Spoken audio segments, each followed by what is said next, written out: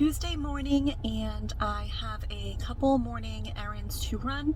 Have to go to Michael's and Walmart. I just have a couple things that are less expensive to pick up in person as opposed to on like Amazon or something. So we're gonna run, do a couple errands, and then we'll come back. I will show you the soaps that I had made yesterday. Still a little bit soft, so I don't think I can cut them today, but we can take a look at them. They have been unmolded, and we can, start ticking off some of those tasks.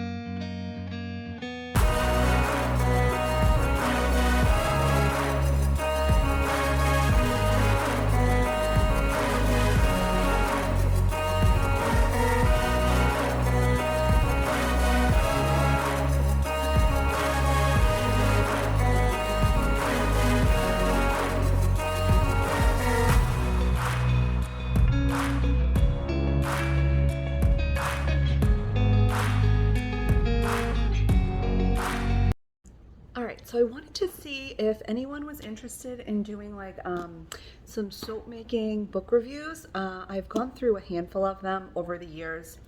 I've started revisiting them, like I haven't read them in a couple years. You kind of get a different perspective, like once you master something and then you reread something, you're like, oh yeah, I forgot about that, or I do it this way, which is a little bit better, or whatever it is. Like you have more constructive criticism and you understand things a little bit more because you've been doing it for so long. So with that being said, I just went through, I reread the, let me go get it, hang on. Okay, so I just reread the Soap and Cosmetic Labeling by Marie Gale. I read this years ago when I first started out, but I think it didn't make a lot of sense because you're so overwhelmed with everything. You're overwhelmed with a new business, with making products, with perfecting products, with advertisement, with taxes, with getting your name out there. Like there's just so much that goes into it. And I think that a lot of us, or I'm speaking for myself personally, but I see a lot of other soap makers do it, is we hone in on what things look like, or we really pay more attention to the things that we enjoy. like the artistic side of it. At least that's for me personally. I don't like business stuff. It doesn't do anything for me. It doesn't make me happy. I dread all things like business, like numbers, taxes, breaking stuff down. Like, I don't find a lot of joy in it. It's a part of being a small business. So it's necessary, and it's not something that I am able to have somebody else do for me at this time. But when it came to this book, I read it, I absorbed some of it, and then I put it away. And as the years have gone by, my labels get better and better. And I was cleaning out a couple weeks ago and I found it and was like, oh, I need to read that again. And it's a really quick read. It's not that long. It's like 150 pages. And the writing, it's pretty hefty. You know what I mean? Like, it's got really big font. I got through it in a couple hours. Like, it's something you could definitely do on a slow day, read through this. And I missed a couple things that, some of my labels weren't correct to be labeled appropriately cosmetically. In the soap world, they're perfect. But, I do more than just soaps, and I do really try to adhere to cosmetic labeling, just in the off chance. I just think it's better for my business. So I was going through this. There was a couple things I was doing wrong, or I just wasn't adhering to newer guidelines. I was kind of doing them as if it was soap only, not so much cosmetic. So a really good refresher on something like this. And then once I read that, I was like, oh, I need to go through some of my books. It is a slower time right now, and I'm trying to get a lot of my tax stuff done, or get it ready, I should say. And in that time, I try to, like January, February, March, try to get myself set for the next year. So that's, inventorying stuff, getting all my paperwork together, planning out, a mini Valentine's launch, spring launch. I try to plan out, not my entire year, but all of my launches. So I know, when all of my launches are for 2023 have already been planned. They're not like solid dates. I don't advertise the dates, but at least it helps me remember, like, oh, spring launch is March X, Y, and Z. I need to make sure that I start making soap in February, ordering materials end of January, that type of thing. So it definitely helps me out a lot. But on a side tangent, another book that I wanted to reread was the liquid soap making.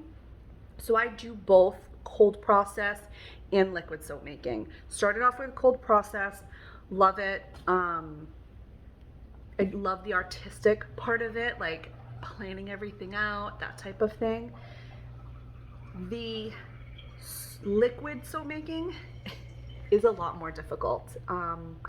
It's not for the faint of heart. It's a lot more science-based. I feel like with cold process soap, you just need to know basics, and you can, you follow you put your recipe in the calculator, you print it out, you put your notes down, you're good to go. It's more like an artistic process. You know what I mean? Liquid soap making is the opposite of that. It is a lot more science-based, at least what I've come, to learn of it. I've been making liquid soap for maybe like 3 years now, so I'm pretty good at it, but it's a lot more precise as opposed to cold process soap. It's a lot more finicky. I feel like there's a lot more rules involved, a lot more science. You have to really understand a lot more to get to the final result that you want, if that makes any sense. I love them both for their own reasons, but it's a lot more intimidating, to be honest with you, doing them both. I've been making cold process soap for almost 8 years, liquid soap for about 3. I still get scared when I make liquid soap, and I make liquid soap at least once a month. I'd say I make a big batch of it. I make about 6 gallons of liquid soap. So I make the paste, dilute it, and it fills 5 to 6 gallons, gallons up. And then I just keep it at that. I preserve it, keep it like that. And then when orders come through, I just fill the containers, and then I scent it accordingly because it's already got the preservative in it. So that works for me, but it's still very intimidating. I think that there's a lot more research that needs to be done and a lot more understanding. So I know I'm kind of like going off topic, but speaking of, if you are a liquid soap maker or you are interested in making liquid soap, you need to read this book. It's got so much information. It can be overwhelming. There's a lot of like scientific data in here. It does go a lot. It's a lot more, I don't know how to say, like, they just give you a lot of explanation as opposed to you go through like a regular book on like cold process soap making, or you buy like the what's one of my favorite ones? It's from Jan Berry. It's called like All Natural Soaps or All Natural Soap Making. One of the best cold process soap books that there is. It's really, really good. I've made a handful of soaps. They're all wonderful. I've never made a bad soap with one of her recipes. Like, hands down, great. She gives good information. She talks about natural colorants. She goes in depth about clays. She does talk about hot process very quickly at the end of the book, but it's a great book for cold process. But this one for liquid, you need to get it if you are interested. But it's a long read. It'll take you about a week or so to get through it and understand it correctly. But with all that being said, I didn't know if you guys had other recommendations on books, or you want to talk more about the process of making products, or you're more interested in just like watching somebody make something and kind of give you that motivation. So that's really where all that came from, more or less. But it is fun to talk about different aspects of it. I know a lot of people that do YouTube do one or the other, but I think like having a little bit of both might be kind of interesting. So let me know what you all think. All right, thanks. Have a great day. Bye.